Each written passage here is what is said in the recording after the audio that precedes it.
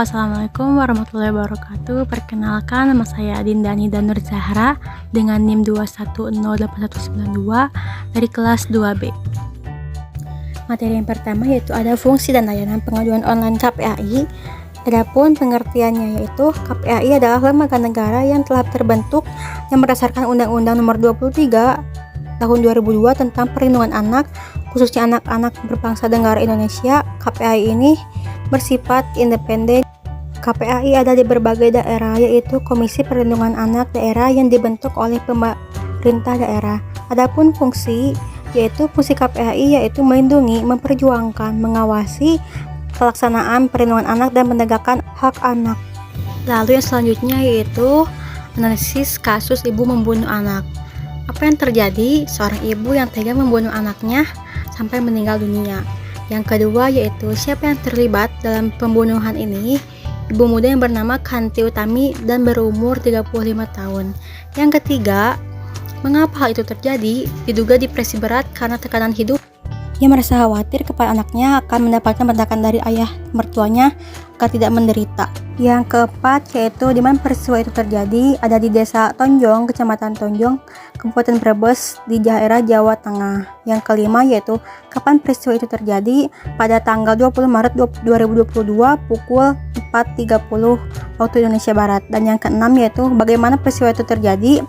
Peristiwa yang terjadi pada pukul 04.30, seorang saksi yang bernama Hamidah umur 52 tahun mendengar teriakan dari dalam kamar yang ditempati oleh pelaku bersama ketiga anaknya. Kemudian Hamidah berteriak meminta tolong.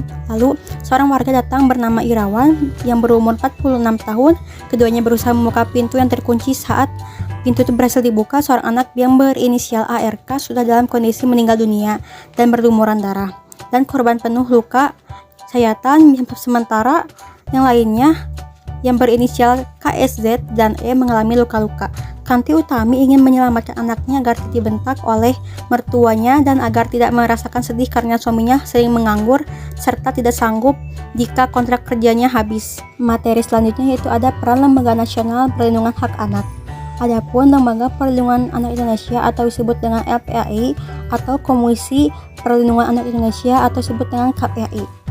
Fungsi dari lembaga tersebut adalah sebagai wadah untuk segala bentuk pengaduan dari kasus yang perlu dilindungi dengan dalam hak anak untuk dapat segera ditindaklanjuti sesuai dengan undang-undang yang berlaku. Pada pertemuan 11 yaitu Konvensi Hak Anak ada beberapa pasal yaitu sebagai berikut. Yang pertama pasal 1. Anak adalah semua orang yang berusia di bawah 18 tahun kecuali ditentukan lain oleh hukum atau satuan negara. Semua anak memiliki semua hak yang disebutkan dalam konvensi ini.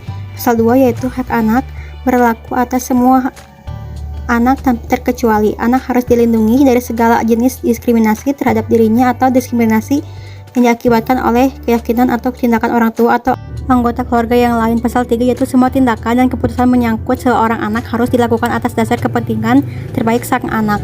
Pada materi selanjutnya yaitu perbedaan anak zaman dahulu dan zaman sekarang. Yang pertama, orang tua dulu tidak diganggu oleh handphone. Belakangan ini harus kita akui bahwa komunikasi secara langsung telah berkurang karena adanya komunikasi. Yang kedua yaitu kekhawatiran pada kecanggihan internet. Zaman dahulu orang tua sangat khawatir tentang film, majalah, dan televisi.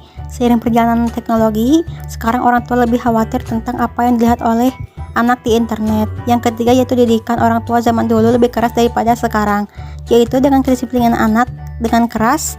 Orang tua dulu cukup kuat untuk menghukum anak secara fisik, namun sekarang jarang diterapkan karena dianggap kekerasan. Pada pertemuan 13 yaitu pelanggaran hak anak dalam masyarakat dan negara. Pelanggaran hak anak sering terjadi yang dilakukan oleh orang tuanya sendiri dan masih banyak terjadi, seperti contoh yaitu kekerasan pada anak, penelantaran anak, memperbudak, dan lain-lain.